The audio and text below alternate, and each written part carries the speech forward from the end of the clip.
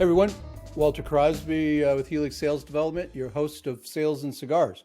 So today's episode is episode about marketing, but it was an interesting conversation. Russell is trying to help entrepreneurs and CEOs to look at marketing differently and to look at it as in a way that we look at sales and measure it, and to think about your marketing in a way as this golf analogy that we use, where you start off making these putts that are makeable with high probability, instead of trying to make the hole in one from a par five or a par four, right? It doesn't happen. So start off with your marketing from a perspective of, let's get it some things to work on a small viable group, and then start to move out with concentric circles. It's more complicated than that, but that was one of the takeaways of many. And he offers up a special link for listeners to go grab a one pager that helps you start to think about marketing differently. So you go download that, you work through it as the entrepreneur, and then you give him a call and he'll walk you through making sure that you answered those questions well. And there's really he's not looking for you. He'd love to work with you, but he's not looking for his handout to do those two things. So that's marketingplanfunnel.com/cigars. And that's in the show notes. So go grab a cigar, grab a cocktail, strap in for another fun episode of Sales and Cigars. Thanks. So Russell, I appreciate you taking some time out of your schedule to jump on the podcast with me today. So thanks. Welcome. Well, I appreciate you having me on your show. Been looking forward to it. Good. Me too. So, all right. Whenever I see guitars or something cool in somebody's background, there's got to be a story there. So Yeah. I'm interested in this. I'm interested in this story, and that's a cool looking guitar. So why don't we start like with the journey that got you to where you are, where you got cigars, guitars on your wall, and a business where you're trying to help people do better marketing. Yeah, it's well, it goes way back. I mean, I think I was bred to be an entrepreneur. My dad was an immigrant from Europe, came over in the 50s, and so he was that, mindset of America was the place to make your dreams come true, and it still is. I mean, that's where everybody wants to come, right?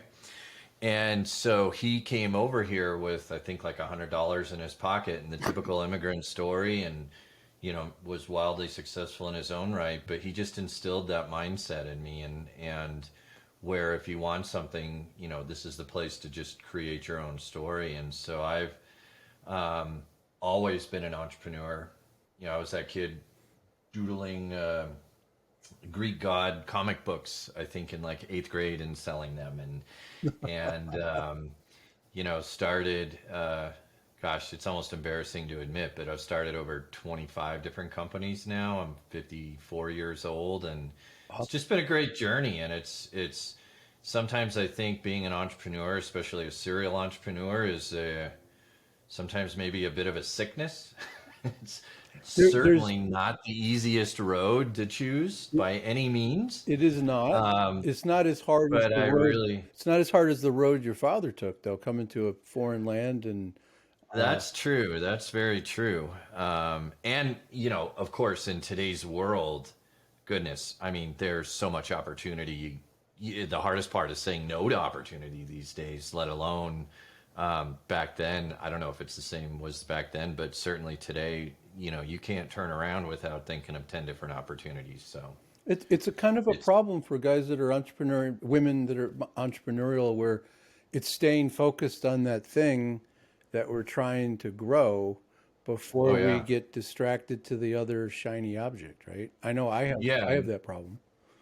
Yeah, I mean, entrepreneurs are classic cases, right? I think, I don't know the actual statistic, but I think it's well above 70% of entrepreneurs think they have, ADHD. And particularly when you're a marketing entrepreneur, it's probably exacerbated up into the high 90%.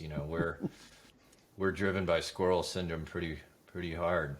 Yeah. So it started with your dad's work ethic and belief in the country, and you just kind of took that Yeah. and there's Just 20 over. ran. I mean, either it was a situation where I'm completely unemployable, like I can't get a job and keep a job, Mhm. so I had to go and make my own thing, and like most entrepreneurs, my whole career has always been around coming up against a problem and figuring out the solution to it and then kind of turning that into a business. So that's pretty much what we've always done. So I And it's think this is the essence, right, of an entrepreneur is solving problems and then selling Yeah, those I solutions to other think that's people. the essence of business itself is really a business just solves a problem for a person, depending, regardless of what they're doing for the business.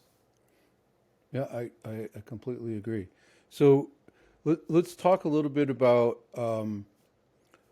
the concept of marketing and getting it right. I'm gonna imagine you've done a variety of things in marketing, but like I'd like to talk about who your persona, ideal client, like who that person is. What do they look like? What are their concerns, right? So the guys that are Yeah. listening can know if they should raise their hand. So what's interesting around marketing is, it's all a result of every business I've ever started. I've only raised money once, but every business I've started was bootstrapping.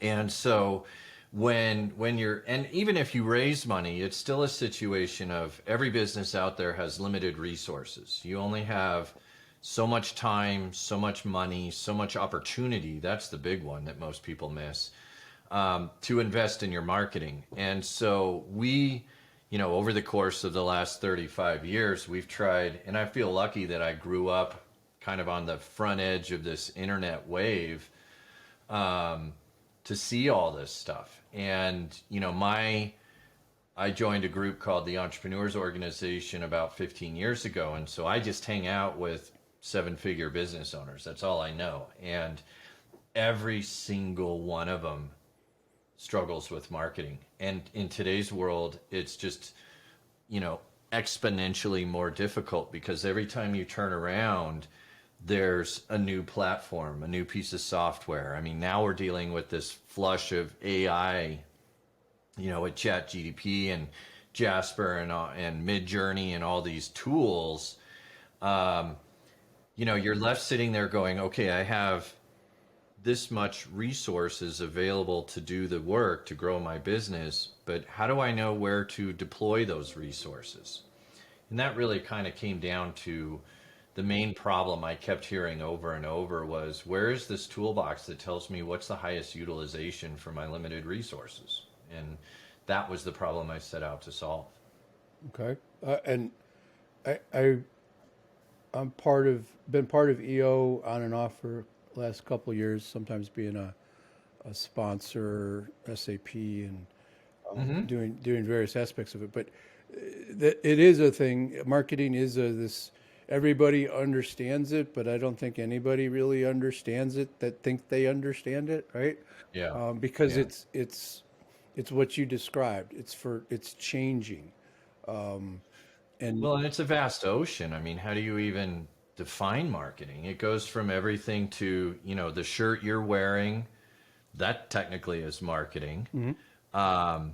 If you have a bottle with a logo on it, that's marketing. It's your website, it's your customer service, it's your sales department, it's everything. So where do you even draw the lines on how do you make these decisions for investing in your marketing and what's more important than something else per se?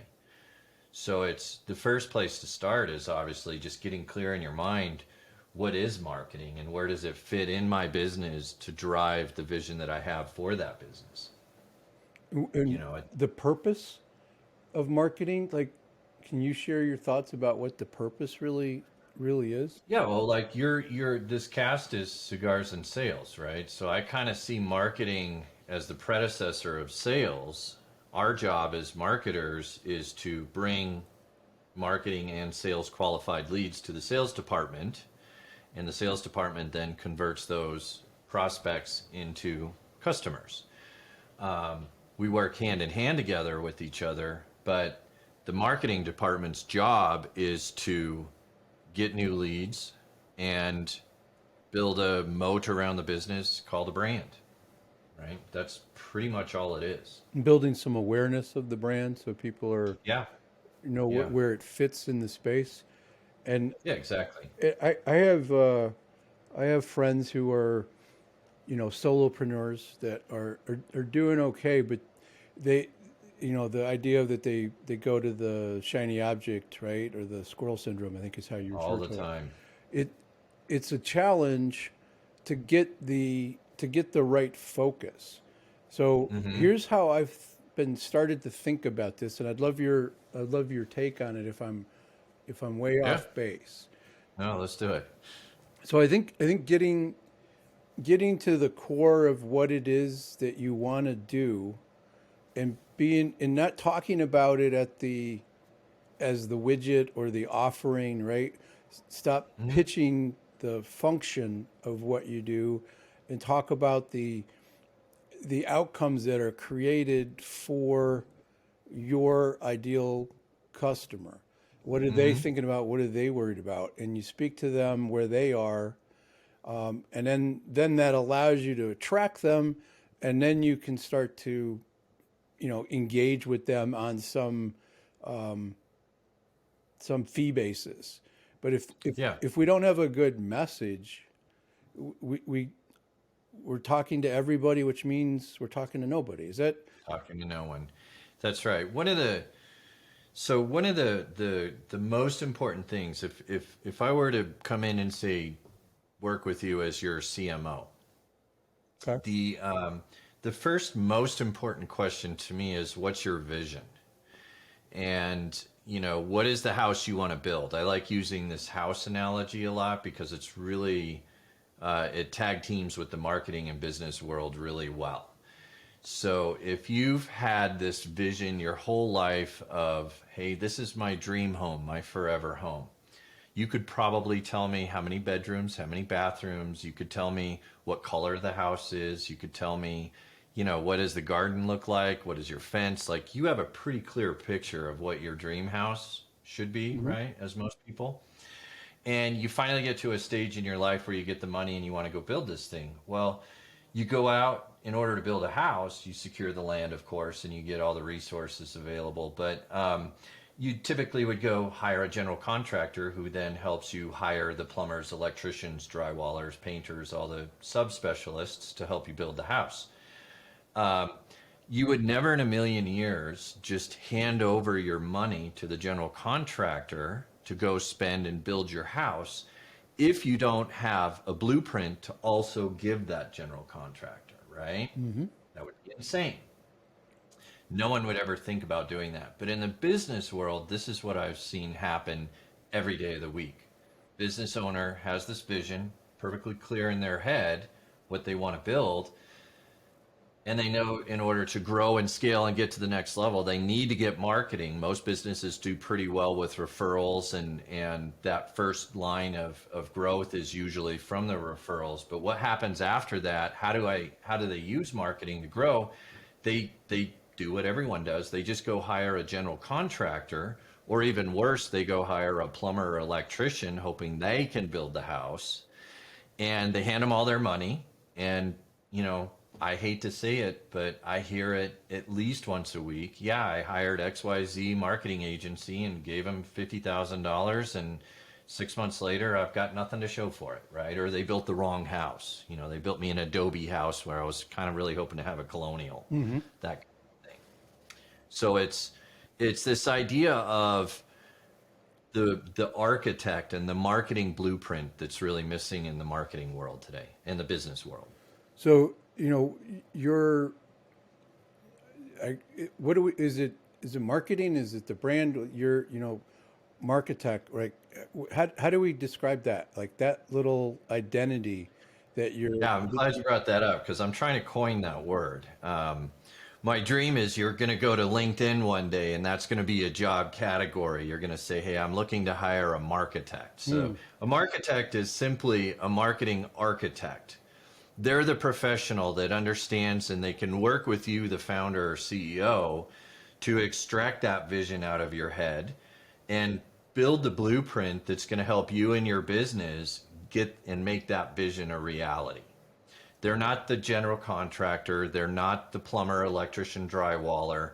Their job is to say, hey, look, we have this plot of land, we have this amount of money and this pile of materials. How do we best utilize that unique mixture in order to make your vision happen?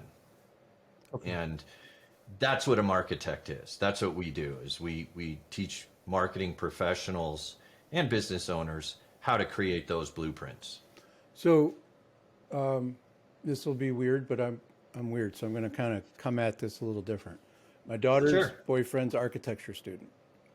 And, you know, when we talk, he's, you know, talking about all these esoteric ideas and I'm like, hey, we're rebuilding our kitchen. Do they teach you anything about rebuilding kitchens? And he's like, no, we're not remodelers. We're building things. We're building these great big things. Yeah. So he talks to me about structure and making sure that they're aesthetically pleasing, but that the buildings won't fall down, and that there's a solid core to everything. And you know, then there's certain people that focus on how the aesthetics of it and to make sure that it fits with the environment and whatnot. So that idea that the entrepreneur might have this vision, what happens when their vision is cloudy or not clear enough? Is that something that you have to continually ask? That's a common and distinct challenge. Is I'm sure every entrepreneur has had that thought in their head where they're working with either an employee or a customer, and they're like, you know, they just want to grab them by the collar and say, why can't they get it? You know, and it's the getting it part is they can see the vision clearly, but how do you get that out of your head and say onto paper so the rest of the world can conspire to help you make that become a reality? So that in and of itself is a challenge, and a big part of, you know, this Marchitect blueprinting process is getting all those objectives and goals out of the founders' heads and onto paper, so we can all help you make that become a reality. And tell you sometimes when you're kind of smoking stuff too, right? Like, so you could be the tough guy when somebody's vision seems like. Yeah, I mean, I hate to pop people's balloons, but when I'm working with a young or small business owner and they're like, hey, we're going to come out of the gate and do $5 million this year, and they're really not even clear on what their offer is, and you're just like, all right, well, let's slow down a little bit and break this down. And the best part is once you have that vision clearly laid out, now you can start breaking it up into pieces and saying, all right, look, you know, if let's say you're a B2B company and your average client is worth $10,000 to you and you want to do $1 million this year, now you can do the math and figure out, okay, we need X number of clients and we need to maintain X number of profit level. How are we going to do that? And that means X number of clients per month. And every month we don't do that, it piles up. And so you can use, when these visions are clear and you have it out of the entrepreneur's head, now that's the basis and foundation for building the rest of the house. So, okay, that's helpful, right? Because they're looking at revenue, but most importantly, they should be looking at profit, right? Correct. Profit's the driver, not revenue. Right, because if you could sell 10 projects for $10,000 each, as opposed to selling 5 projects for $30,000, and your profit is so much greater with the fewer projects at the higher rate. I don't know why we'd want to work that hard, because everybody wants that $1 million number so they can join EO. Maybe that's the driver.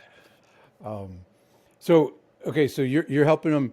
You kind of stick a straw in somebody's ear, pull the vision out, and then look at all the pieces and components and the land, and make sure that you can put some structure together that's going to work for the company by giving them that blueprint.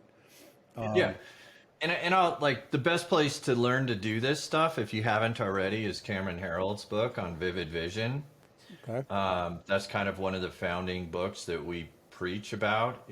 That's a really great tool for getting all these thoughts and ideas out of your head.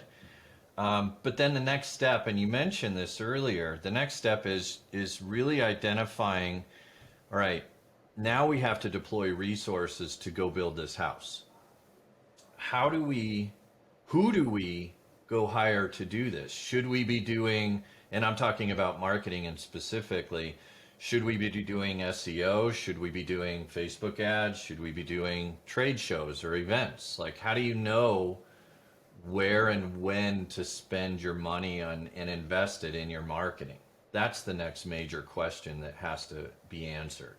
And is that part of the And blueprint? yeah, so that's kind of our second step is we came up with this equation.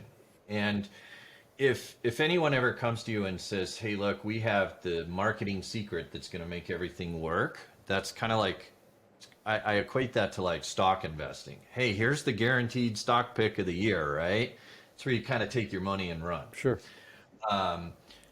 Stock picking and marketing are very similar in that they're both a game of probabilities. You want to do your work and do your homework and your research and find the marketing that's going to be most effective to helping you build your vision. So we came up with this equation, and it helps business owners kind of think through who is it they're trying to sell to. And so the equation we call master marketing equation is equal to the right message shown to the right person at the right time and place. Everyone's heard that. Then you're going to have marketing that works, obviously, right? Mm-hmm. But if we dissect this a little bit and treat it like an algebraic equation, your right message and the right time and place to show that message, those are both 100% dependent on the right person, right? Right. If you have a business and you're selling, say, a B2B company, and you're selling to other businesses, is your customer the CEO or is your customer the CTO who's buying the software? They both have different problems that you're solving for them, and if you give the wrong problem solution message to the wrong person, you're not going to be successful.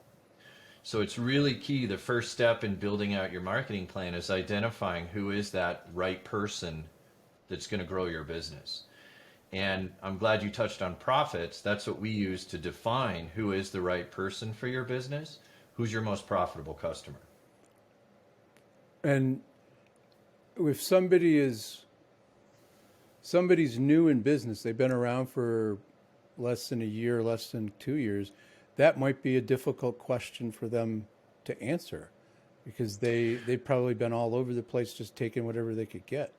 They have, yes. And it gets harder as you get closer to the startup world. Obviously, if you have more sales and more revenue and more data to work with, this process is easier. But most entrepreneurs have heard of this Pareto principle, the 80-20 rule, Sure. where you have usually, and I've yet to find a business that doesn't have some form of this, but most businesses, 80% of their profits come from 20% of their customers, whether that's e-commerce or B2B or whatever. That holds true, generally speaking, for most businesses. And so when we work with a client, we come in and say, all right, let's do a financial analysis and find out who are those 20% customers who are driving 80% of your profits. And we label those your ideal customer. We're not guessing. We're not coming and working with every business owner thinks they know who their ideal customer is. We want to remove that subjectivity and get to the data that says, no, actually, your customer is actually XYZ, and I've got hundreds of examples I can share with you on that, but we try to remove, we try to go with data and not guess. Right, the objective analysis rather than the Yeah. subjective Yeah. analysis. I did an exercise a couple of days ago where I listed out customers,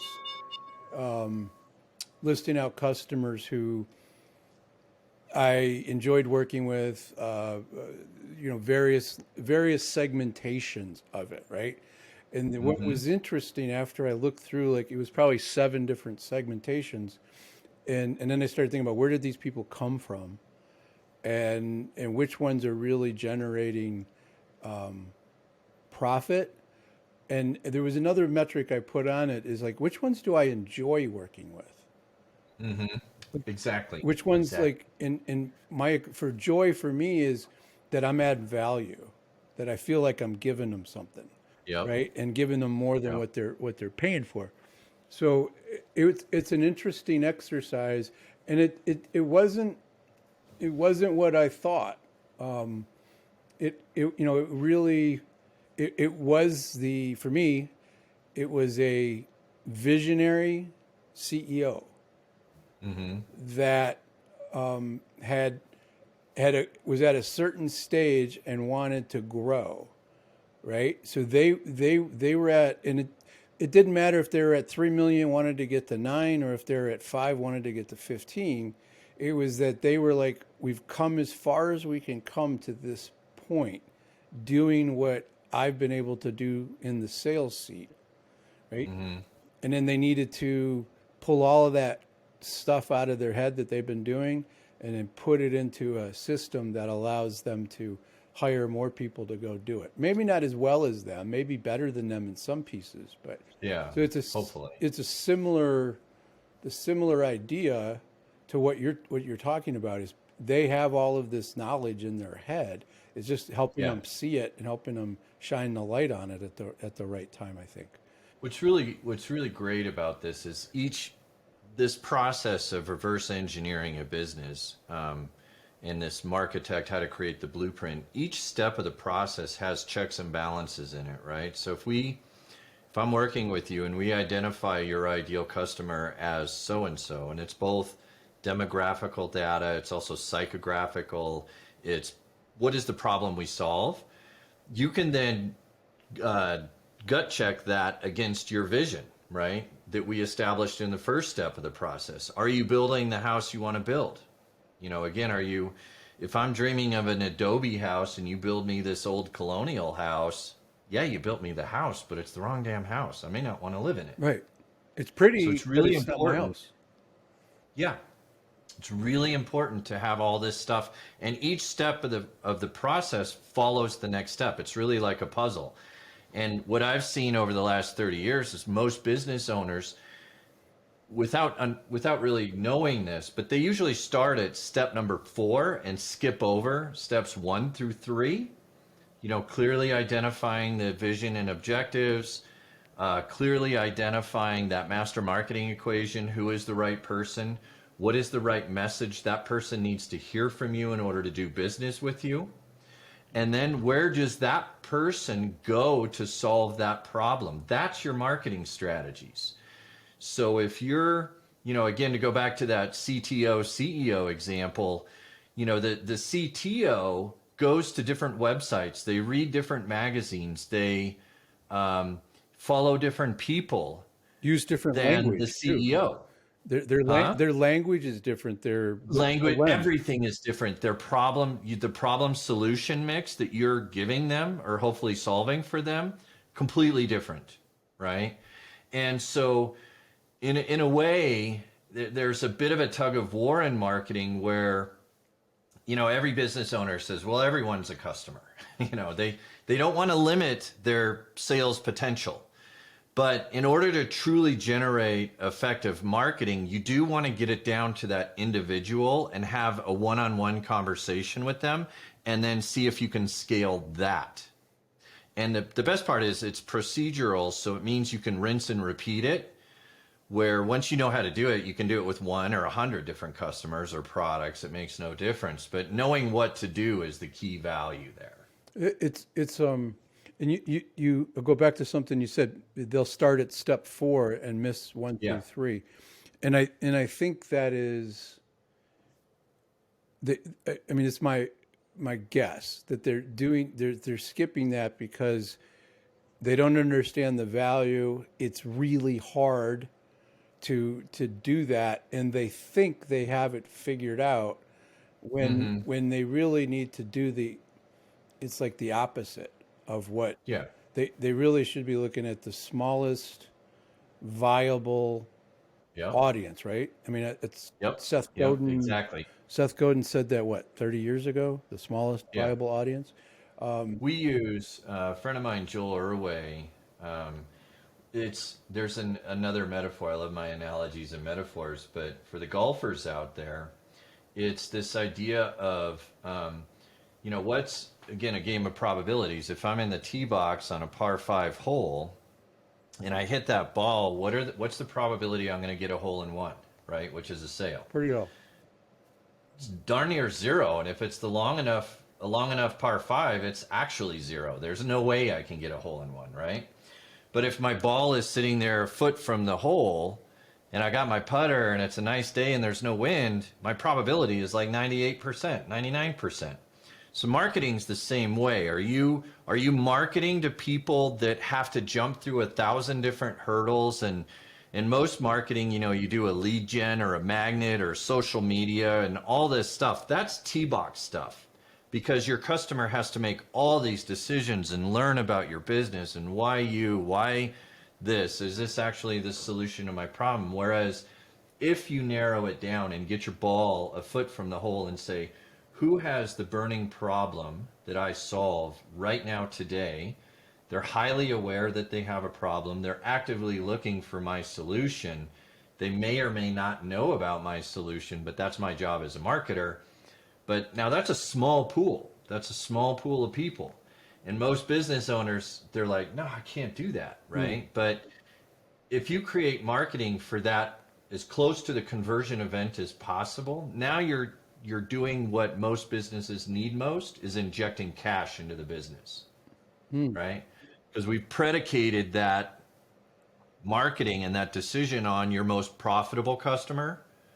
So now again, it's that linear sequence. If we can go get more of those most profitable customers, now we have the cash flow to start expanding and getting further away from the hole and getting into the bigger pools and bigger audiences and building and scaling the business that way. Where most small businesses are, I don't want to poo-poo on branding, but if you're not actively going after customers and you're just doing social media and doing posts and SEO, and it's one of my bugaboos with all this AI stuff now, is the last thing Google needs is everyone cranking out 50,000 blog posts in 15 minutes. Right. We need more content. Yeah. Yeah. It's not about that. It's about, are you solving somebody's problem? And how do you get in front of that person at the right time and place? Where do they go to solve that problem? Let's figure that equation out. Let's build that system out and then start scaling on top of that. Well, but your analogy of, you're on the putting green and you're 3 feet away and you should be able to make that putt, right? That you can, you increase your probability and you start there with the tap in as opposed to the tee box on a 585 yard. Yeah. Right.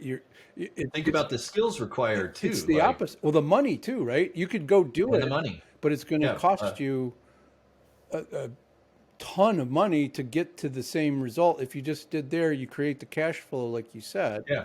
And then that's a great point. You can think concentric circles out. Yeah.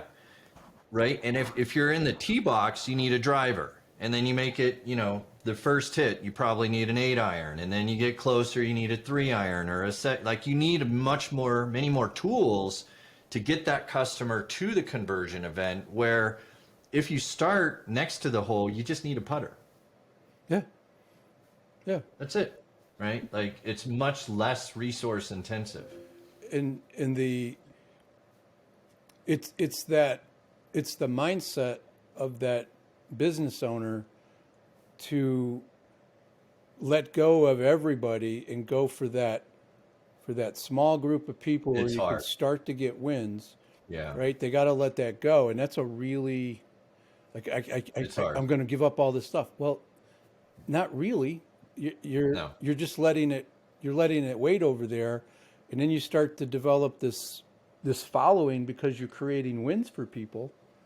Yeah. And that should help you'll pick up a tailwind of people coming. I'm mixing metaphors here, but it'll help you swing back out over time. Exactly. It's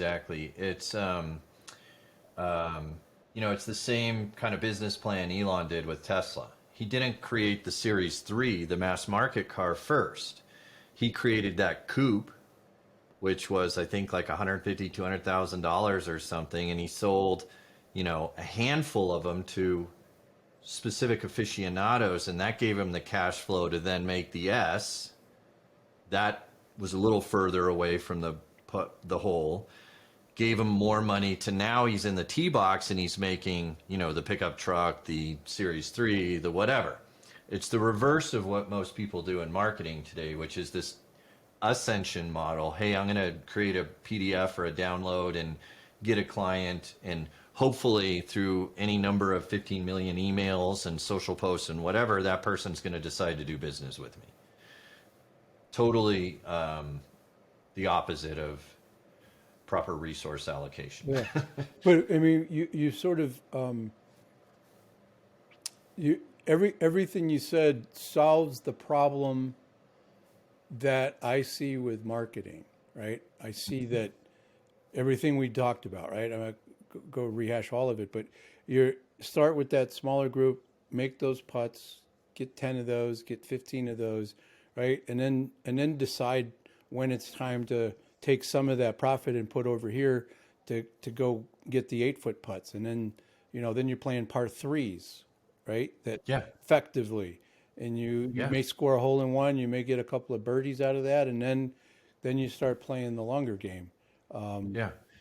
And factor in time. You get really good at putting. You can rinse and repeat that till the cows come home. And now all of a sudden you can go introduce new products and services every month. You rinse and repeat that and you're just putting in the hole. And now you got a, whatever size business you want. Yeah. And that's the other thing I think business owners have to think about is what do they want? What do they want? Do they want to just keep making those putts and do that really, really well and scale that up so that they have capacity to do 1,000 of those a month?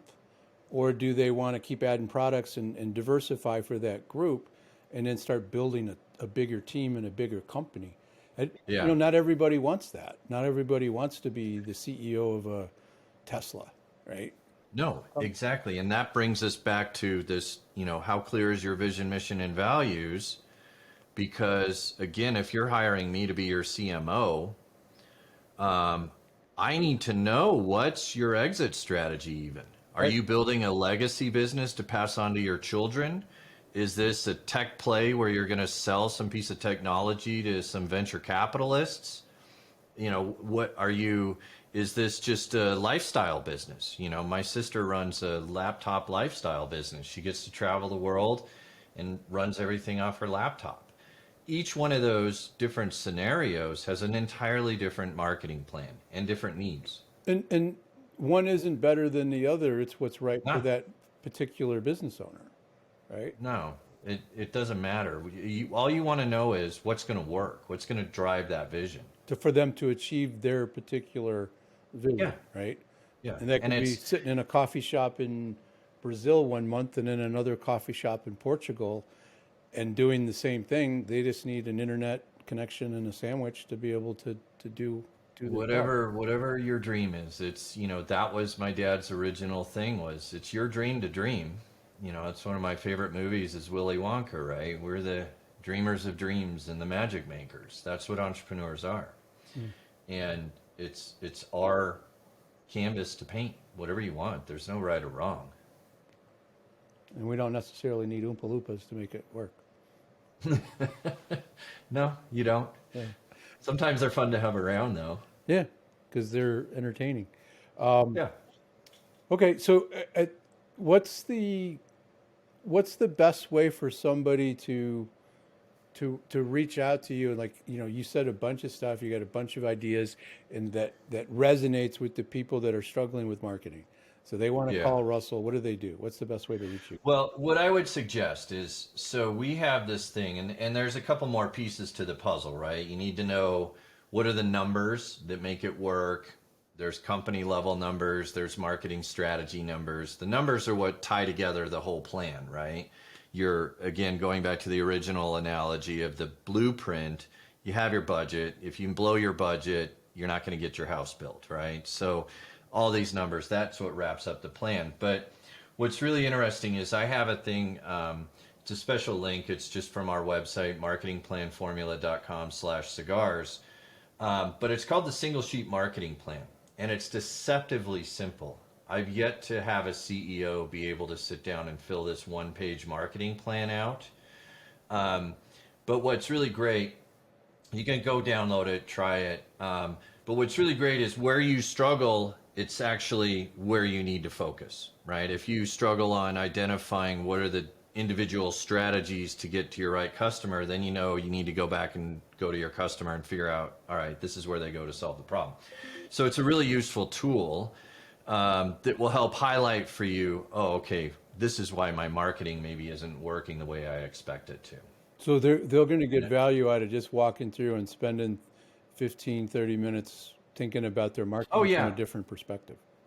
yeah. Try download that. Try and fill it out. And obviously, we offer anyone that downloads it. We're happy to walk through with them and help them kind of answer the questions and figure out what to do. But you know, it's an extremely valuable and challenging exercise, even for the marketing professionals out there.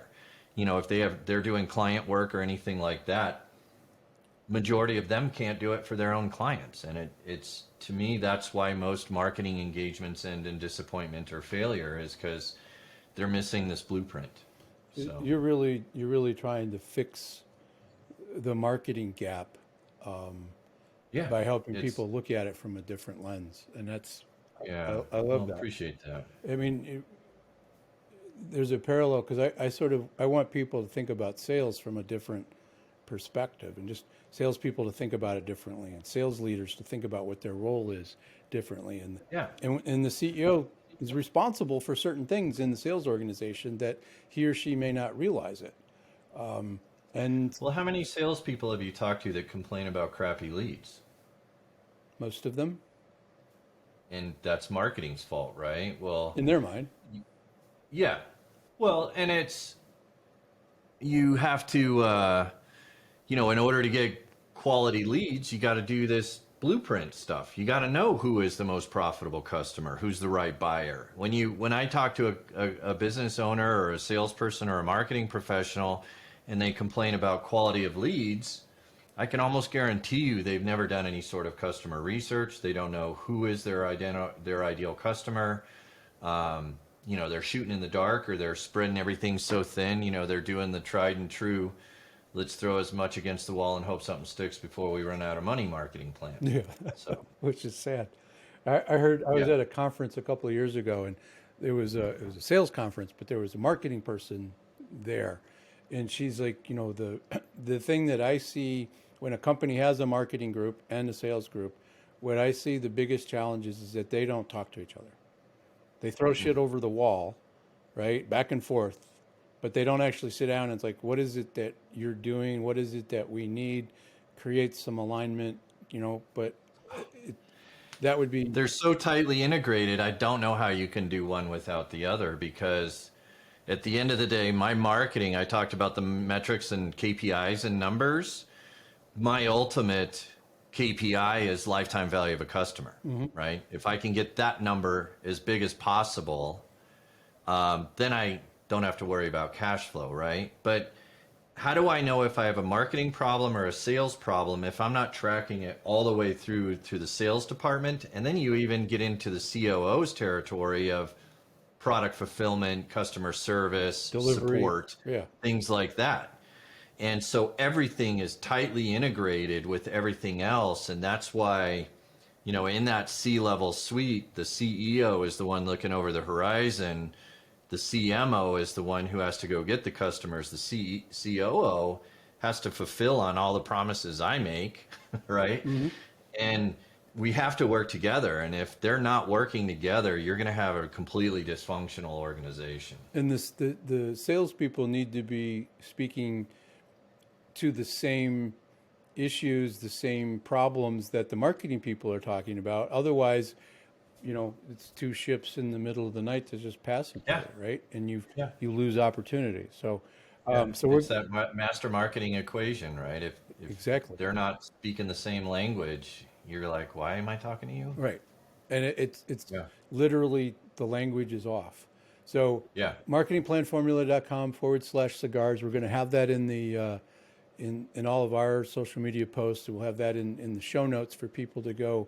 I would encourage everyone to go take a look at that because it's just going to make you think differently about what you're doing from a marketing capacity. And I think some of the other things that we said here was that we have to track what we're doing, and sales and marketing got to play nice in the sandbox, and they got to work Yep. together, right? You can have a lot more Yeah. fun if you're building, you know, those whatever you build in a sandbox Yeah. together. Let's go build that nice house, Yeah, right? build the house. Right. Thank you. So I like to ask this question of all my guests. Past or present, does Russell have a relationship with cigars? Whew.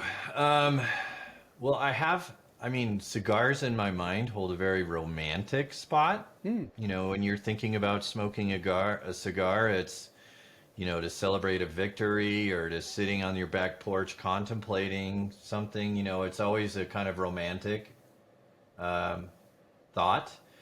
But I also, grew up, like I said, I'm kind of old. So I grew up in the 70s and 80s where smoking wasn't poo-pooed on like it is today. You could do it. You could And do it most places.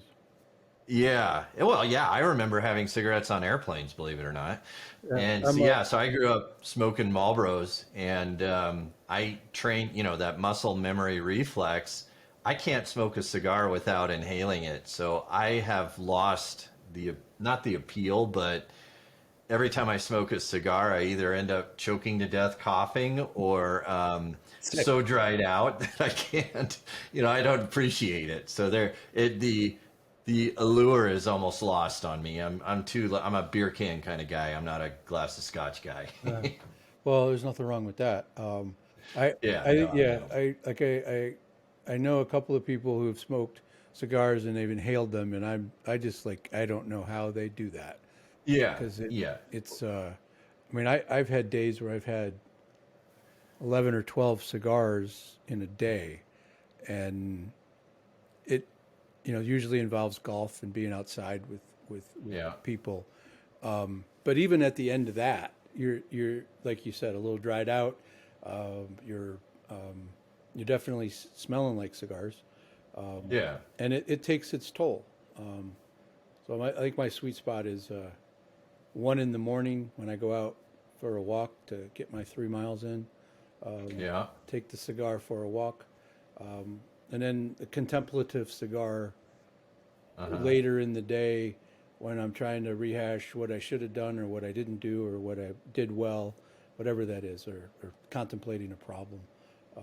Yeah. What I like about it too is it kind of forces you to take that time, right? It does. I never take enough time just to sit and think. It's a it does do that, and it should slow us down. Hmm. And it Which is occupies your desperately needed. yeah, it occupies your hands, so your mind is a little bit more free to kind of flow. At least that's Hmm. how I justify it, and maybe that's all I'm doing is justifying Yeah. the I might have habit. to go get some cigars now. Well, start with some light ones so that if you do inhale them, Yeah. you're not Yeah, like going maybe full the green. cigarellos or something. I don't smoke anymore, but They have plenty of old habits die. those little cigars that will that won't knock you out. But Yeah. Yeah. anyway, Russell, I appreciate this was a fun conversation, which is always one of my goals, and I think we helped people think about marketing from a different lens. So I check hope so. check both of the boxes.